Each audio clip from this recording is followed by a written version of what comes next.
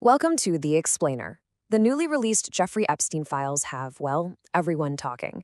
But the source material we're looking at today argues there's a much bigger and much more hidden story here, one that connects Epstein to a long, dark history of covert intelligence operations.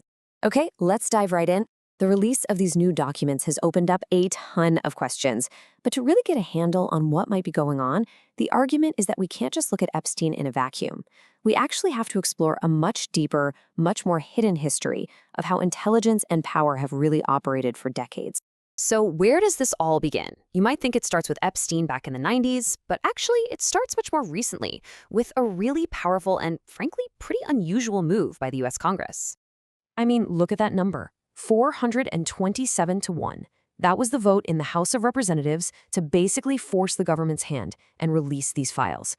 When you see a number like that, something that's almost totally unanimous, you know the public pressure was just immense.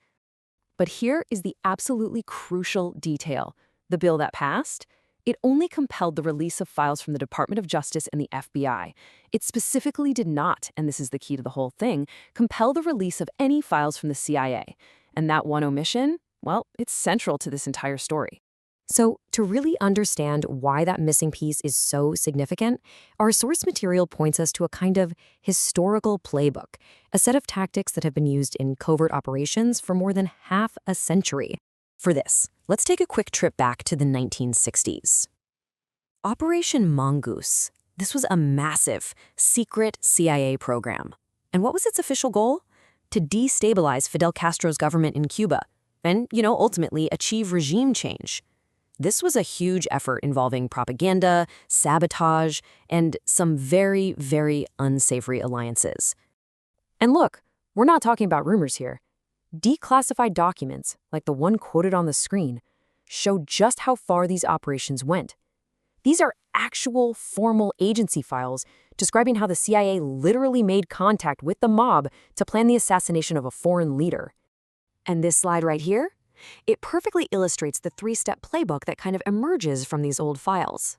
First, you form alliances with outside groups, like the mob, people who can do the dirty work. Second, you gather blackmail material, what's known as compromat, so you can control your targets. And finally, and this is the most important part, you structure the whole operation to guarantee total, plausible deniability for the agency. Now, here's the crucial question. How do you pay for all of this? I mean, you can't just get a line item in the congressional budget for mob-assisted assassination, right? It all has to be funded completely off the books. So a tried-and-true method, something we've seen from 1940s China all the way to the Iran-Contra affair, is this covert funding cycle. As you can see, it starts with facilitating black market trade, like narcotics. Then, the illegal profits get laundered, which creates clean, untraceable cash. And that cash is then used to secretly fund proxy armies and covert ops. It's a perfect, self-sustaining, off-the-books system. Okay, so to launder that kind of money, you need a financial system that operates in the shadows. And according to the source material, this exact necessity is what fueled the rise of modern offshore banking. As this timeline shows, it grew from these early models in the 40s to a massive global market by the 1970s, creating this whole world of shell corporations and secret accounts that are just perfect for hiding illicit funds. A legendary player in this world was the Bank of Credit and Commerce International, or BCCI. It was actually nicknamed the Bank of Crooks and Criminals, and it was allegedly a primary tool for the CIA to covertly funnel money to operations all over the world, most famously to the Mujahideen who were fighting the Soviets in Afghanistan. All of this, the covert ops, the laundered money, it all requires a very specific type of person, someone who operates in the gray space between all these different worlds. They aren't exactly spies, and they're not just businessmen. They're something else entirely. The source we're looking at calls this archetype the professional fixer. This is someone who exists in what's described as the sticky layer, that messy space between government, intelligence, high finance, and even organized crime. They're the human connection points that link all these different and often conflicting worlds. To make this more concrete, the source draws a direct line between Jeffrey Epstein and another figure, a guy named Bruce Rappaport. Rappaport was a Swiss billionaire fixer back in the 1980s who perfectly embodied this role of a private citizen secretly carrying out state policy. Just look at this example. In the 80s, the US government wanted a private contractor to build an oil pipeline for Iraq. The problem? They were worried Israel would try to sabotage it. So the National Security Council didn't use diplomats. Nope. They used the fixer, Bruce Rappaport, to broker a secret, back-channel deal with Israel to make sure that pipeline would be safe.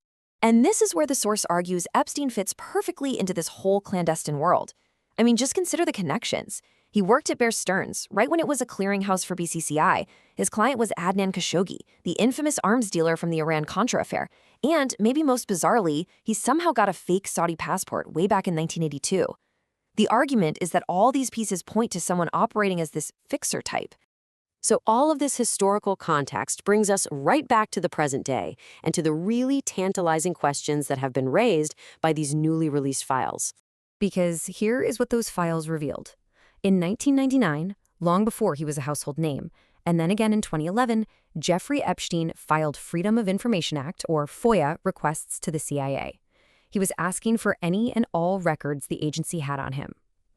Now, why on earth would he do that? Well, the CIA's 2011 response, which we can now see, is a total masterclass in bureaucratic language. The first part says their search for any open and acknowledged agency affiliations found nothing. So on the surface, it looks like a flat-out denial. But then comes the second part. For any part of his request that might have touched on classified matters, the agency gave this boilerplate response. It's known as a GLOMAR response, and according to the source material, it's the standard reply the CIA gives when someone asks for their own personnel files. And that leaves us with this final, really provocative question. The bill to release the DOJ and FBI files passed by a vote of 427 to 1. It had overwhelming support from both sides. So what might we discover if a similar bill was passed, one that compelled the release of 40 years of CIA files on Jeffrey Epstein? What pieces of this whole historical puzzle might finally fall into place?